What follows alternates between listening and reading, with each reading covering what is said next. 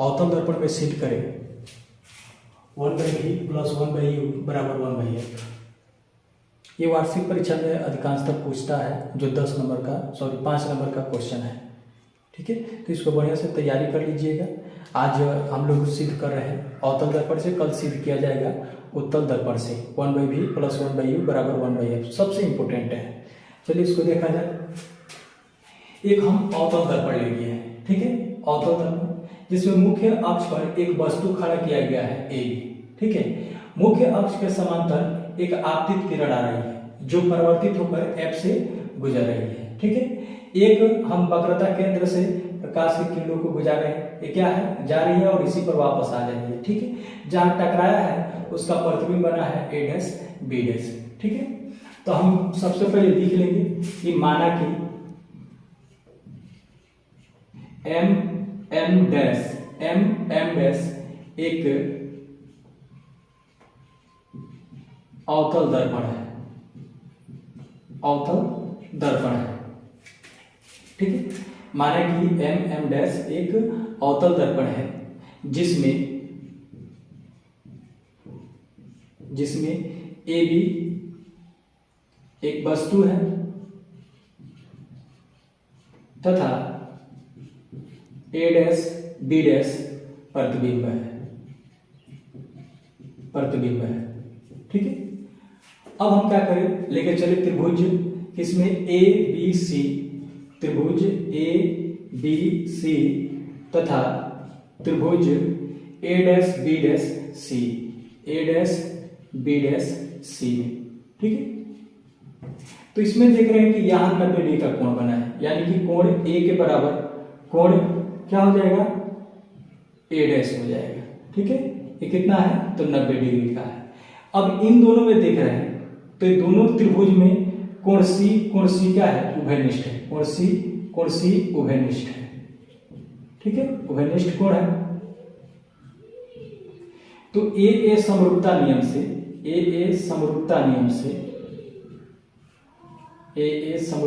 से दोनों त्रिभुज क्या हो जाएंगे, समरूप हो जाएंगे, यानी त्रिभुज ए बी सी समरूप त्रिभुज a' b' c हो जाएगा। तो इसका अगर हम अभिलंब ले रहे हैं तो ए बी हो जाएगा, यानी कि वस्तु की ऊंचाई बट्टा में हो जाएगा प्रतिबिंब की ऊंचाई, यानी कि a' b'। अब इसमें AC मिलेगा क्योंकि त्रिभुज का आधार यही पड़ रहा है, AC हो गया। और इस त्रिभुज का आधार यानी कि a' b' c का आधार कौन हो जाएगा, a' c हो जाएगा। ठीक है, इसको हम मान ले रहे हैं पहला समीकरण। अब हम चले M त्रिभुज M Q F तथा त्रिभुज a' b' f। तो ए समरूपता नियम से आपको पता हो गया कि यहाँ कोण Q और यहाँ कोण A क्या है, दोनों 90 डिग्री का है और दोनों में Q क्या है, उभयनिष्ठ है। तो ए समरूपता नियम से दोनों त्रिभुज क्या हो जाएंगे, समरूप, यानी कि कोण M Q F समरूप त्रिभुज a' b' f हो जाएगा। तो इसका ऊंचाई ले ले MQ बटा क्या हो जाएगा, इसका ऊंचाई यानी कि a' b' हो जाएगा। ठीक है, अब यहां से इसका दूरी ले रहे हैं तो हो जाएगा क्या, QF, और इसका दूरी क्या हो जाएगा, a' f हो जाएगा।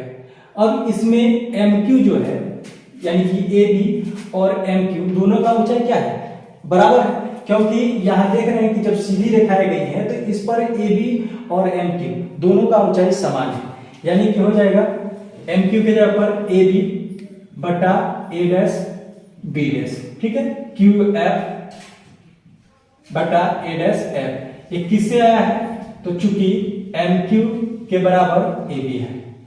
ठीक है, अब देख रहे हैं कि Q जो है P के बहुत ही निकट है, तो क्या लिखेंगे, P Q के बहुत निकट हो तब, P क्या है, Q के बहुत निकट है, तब क्या लिखेंगे, AB बटा a' b'। अब QF की जगह पर क्या हो जाएगा, QF के जगह पर, तो ये दोनों क्या है, एक दूसरे के नजदीक है, तो QF के जगह पर हम क्या लिख सकते हैं, पी एफ लिख सकते हैं, पी एफ बटा ए डैश एफ हो जाएगा। अब इसको मान लेते हैं दूसरा समीकरण। अब ये दो समीकरण जो निकला है, तो इसमें समीकरण पहला और दूसरा को देखें तो दोनों का एलएचएस क्या है, बराबर है, यानी कि ए बटा A dash B dash A B बटा ए डैश बी डैश, यहां भी हो जाएगा ए बी बटा ए डैश बी डैश। तो दोनों का एलएचएस अगर बराबर है तो इसका आरएचएस भी बराबर हो जाएगा। तो लिखेंगे समीकरण पहला और समीकरण दूसरा से, ठीक है। तो यहां क्या हो जाएगा, AC हो जाएगा, AC बटा A डैश C हो जाएगा, यहां बचेगा PF बटा A डैश F, ठीक है।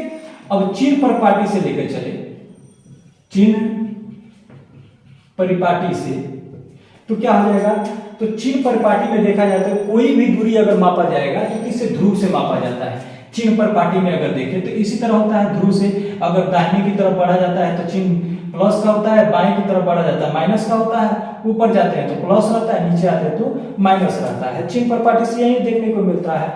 तो हम यहाँ चिन्ह परिपाटी में देखें तो AC जो है, AC नहीं, इस आकृति पर ध्यान दिए, तो AC जो है तो हम क्या करें, कोई भी दूरी मापेंगे तो ध्रुव से मापा जाएगा। तो अगर हम PA में से PC घटा देंगे तो AC बच जाएगा। तो क्या हो जाएगा, PA minus PC, PA minus PC। अब उसके बाद से A डैश C है, A dash C, A dash C। तो PC में से हम क्या घटा दें, PA डैश घटा दें, ठीक है। अब उसके बाद से PF बटा A डैश F लाना है, A डैश F। तो PA डैश माइनस PF हो जाएगा, ठीक है। अब चिन्ह परिपाटी से ऊपर ही लिख दिया गया है, क्योंकि चिन्ह परिपाटी से हमको क्या करना है, इसमें मान रख देना है, ठीक है। चिन्ह परिपाटी से तो PA माइनस, यहां हम इसको हल किए हैं तो इसको पहले लिख दिए हैं, उससे मत कंफ्यूज होइएगा, ठीक है। चिन्ह परिपाटी से तो इसको हम तोड़े हैं, AC को तोड़े हैं, तो कोई भी अगर दूरी मापना है तो ध्रुव से मापेंगे। तो AC दिया है, ठीक है, तो AC दिया है तो PA में से हम PC घटा दिए हैं, ठीक है। A डैश C दिया है तो PC में से PA डैश घटा दिए हैं। अब PF दूरी P से मापा है तो ये ठीक है। A डैश F दिया है, A डैश F, तो PA डैश में से हम PF को माइनस कर देंगे, ठीक है। अब चिन्ह परिपाटी पर लिख दिया गया, तो अब मान क्या करें, इसमें रख दें हम। तो PA ये वस्तु दूरी है, तो ध्रुव और वस्तु के बीच की दूरी को वस्तु दूरी कहते हैं। और देख रहे हैं कि ध्रुव से क्या है, बाएं की तरफ बढ़ा है, बाएं की तरफ बढ़ा है तो चिन्ह क्या हो जाएगा, माइनस में आएगा। अब वस्तु दूरी को U से दर्शाया जाता है, तो यहां हो जाएगा माइनस PA बराबर माइनस U हो जाएगा।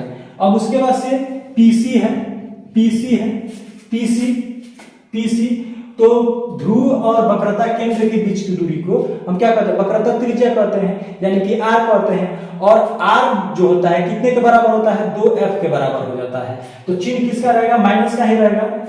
PC बराबर माइनस R, यानी कि माइनस 2F के बराबर हो जाएगा।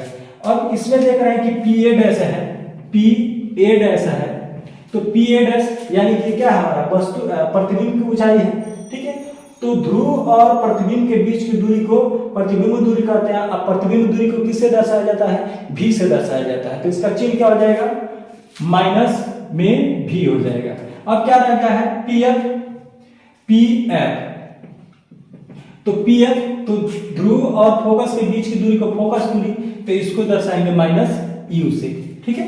अब ये हमारा हो गया है PA डैश PF हो गया है। अब क्या करें, बारी बारी से मान इसमें रख दें, इसको नामकरण कर दीजिए तीसरा समीकरण, ठीक है। तीसरा समीकरण अब मान इसमें रख दीजिए, तो PA का मान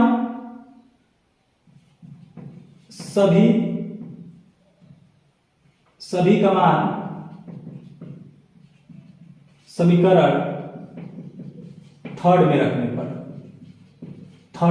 रखने पर यानी कि तीसरा में रखने पर, ठीक है। तीसरा में रखने पर तो देख रहे हैं कि ये PA दिया है, तो PA का मान क्या है, माइनस U, माइनस PC का मान क्या दिया है, तो PC देख रहे हैं कि माइनस 2F के बराबर है, तो 2F रख देंगे। अब उसके बाद से क्या है, PC है तो माइनस 2F, माइनस है, पी ए डैश का मान क्या है, तो पी ए डैश का मान माइनस भी है, ठीक है। अब पी एफ का मान क्या है, तो पी एफ का मान माइनस एफ है। उसके बाद से पी ए डैश का मान क्या है, पी ए डैश का मान क्या है, माइनस भी है, माइनस पी एफ का मान है माइनस एफ। अब इसको तिर्यक नियम से गुणा कर दिए, पहले इसको सजा लीजिए, minus you minus minus plus 2f बट्टा में हो जाएगा माइनस 2f प्लस v, ये हो जाएगा माइनस f, ये हो जाएगा माइनस v प्लस f हो जाएगा। अब इसको गुणा कर लीजिए तिर्यक नियम से, ठीक है, इस तरीके से तिर्यक नियम से गुणा कर लीजिए, गुणा करिए तो माइनस माइनस प्लस हो गया, u में v से गुणा करेंगे तो u v हो जाएगा, ठीक है। इसको इससे गुणा कर दिया जाए तो माइनस 2vf हो जाएगा, f से गुणा करें तो माइनस uf हो जाएगा और प्लस में 2f स्क्वायर हो जाएगा। अब इसको गुणा करें तो माइनस माइनस प्लस 2f में f से गुणा करें तो 2f स्क्वायर, और इसको गुणा कर देंगे तो माइनस vf हो जाएगा, ठीक है।